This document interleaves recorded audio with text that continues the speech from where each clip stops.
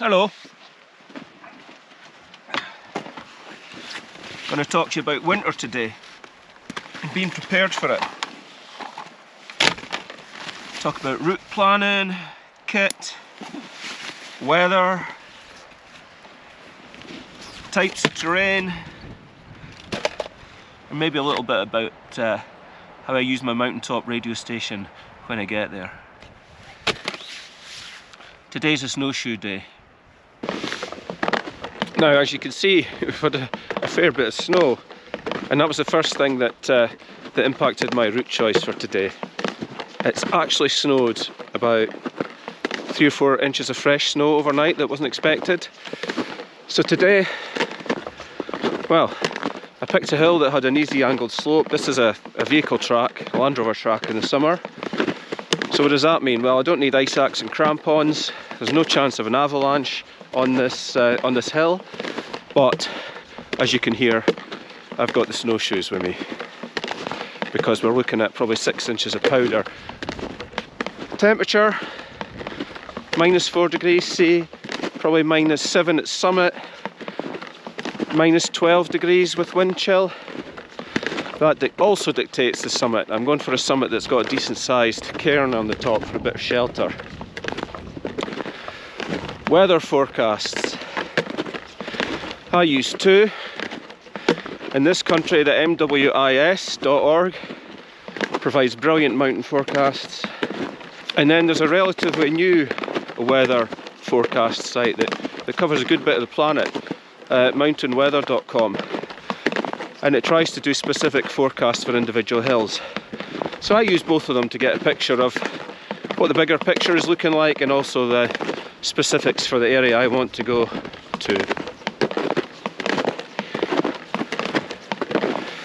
So because of all that, I've got some waterproof breathable trousers on today, a well insulated buffalo mountain shirt, I've got hat, goggles, gloves, mountain mitts, I've got a spare duvet jacket, a lightweight one in the pack, and I've got my trekking poles, my snowshoes.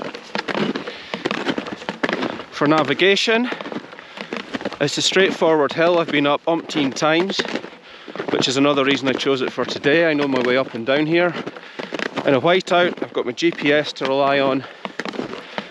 I've got my phone mapping. I have not brought a map and compass for this hill. I tend to only carry those on more complex expeditions. Time. Give yourself plenty of time. On a day like this, I might take in 1 hill. If the weather was a bit better, 2 or 3. I'm going to be walking slower on snow than I am on a bare track, even with snowshoes on. Make sure you can get there safely. Check the road network. Thankfully, I've got a vehicle that can go most places, and yeah, it was a bit of a battle just getting out the driveway this morning, but I had to drive over quite a high hill road to get here, and then a minor road that would never be ploughed. So make sure you can get there. Probably carry a shovel in your car. Even in the Land Rover, I've got a shovel. Food, water. Make sure you've got spares in the vehicle. Make sure you've got a fuel tank that's absolutely brimmed before you leave. If you get stuck out in a car overnight, you're going to want that heater running. And then let someone know where you're going. Leave a route plan. In my case, I use garmin InReach, and I can ping a message to pre-saved contacts in there, and they can track my progress on MapShare.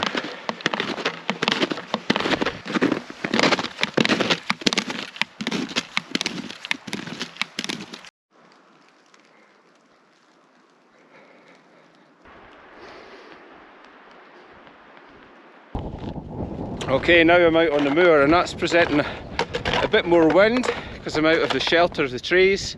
So 2 things there, a bit of wind chill, could sting the eyes, might have to get the goggles out.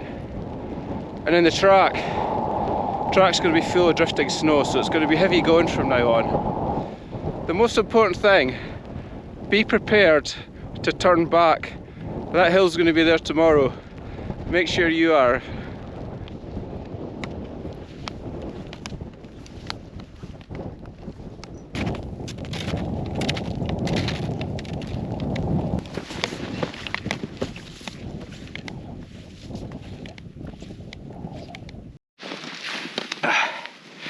I'm just taking a wee break.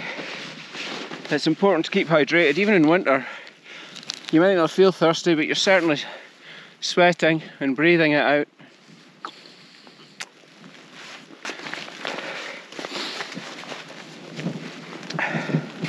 It's time for the big mitts and the goggles. Okay, see you at the top.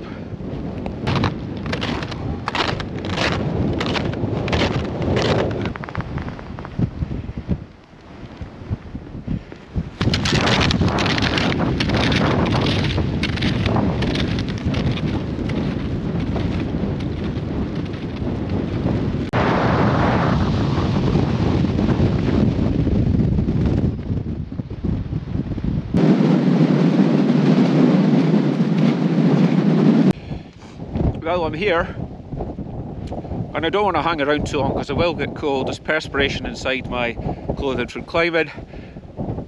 But this is an amateur radio channel and I do mountaintop summit radio, summits on the air. So I'm going to try and set up a station, make some contacts around the world or Europe or the UK, and we'll see if we can get that done quickly. It's something that will survive this wind. I've actually brought an end-fed half-wave antenna with me that works on the 40 metre, 20 metre, 15 and 10 metre bands, and I'm actually going to try and use it on all of those today if I have time and the patience in this weather. I strongly suspect they don't get used much on the upper bands, so we'll see how we get on with that one today. I'll be using my KX2 radio on just 10 watts. My end-fed half-wave's just buried in the snow pile there. The mast's guide on ice, it's not going to move. Yeah, I maybe could put the bothy bag up, but the sky's clear. I think I've got enough time for an activation before it snows. The camera's probably going to die, it's not liking the cold. You may not see a film of this activation. If you don't, I'll say that's it, it's 7.3. Watch on, see what happens. CQ summits on the air, CQ SOTA on 10 metres. This is Mike 0 Echo Foxtrot India Portable calling CQ SOTA on the 10 metre band QRP from Golf Mike Echo Sierra 034. This is Mike 0 Echo Foxtrot India Portable QRZ. Golf Victor Echo Alpha 7 Golf Victor, good afternoon. You're 5959 QSL.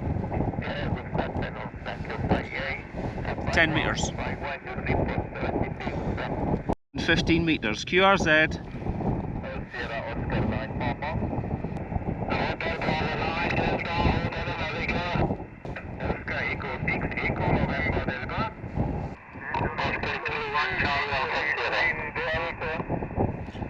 Station with India.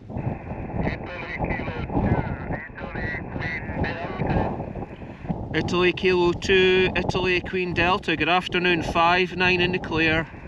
5 and 5, 55, thank you. Thanks for 5-5, have a great day. 7-3, QRZ.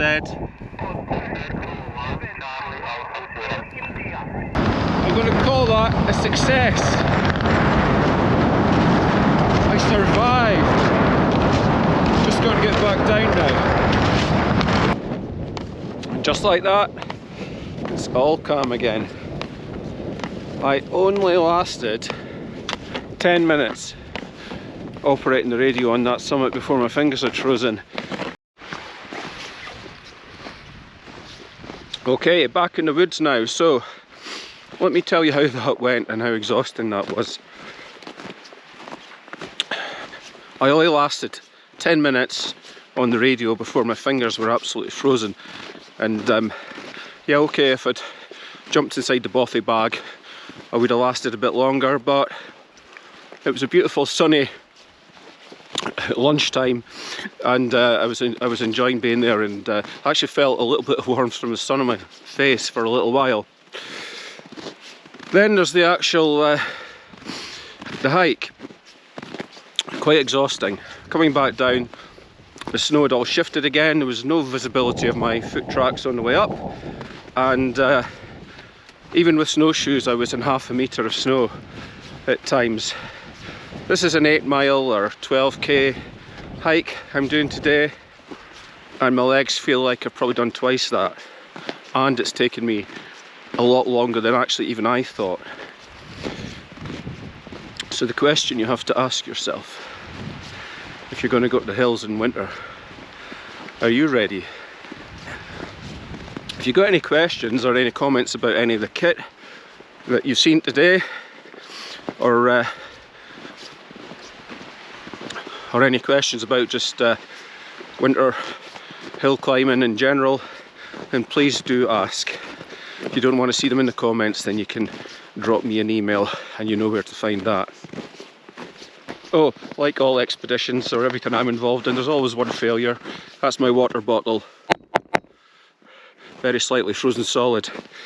Probably should have kept it in my pouch to keep it from freezing. Hey ho, you always get something wrong. I did get some water out of it.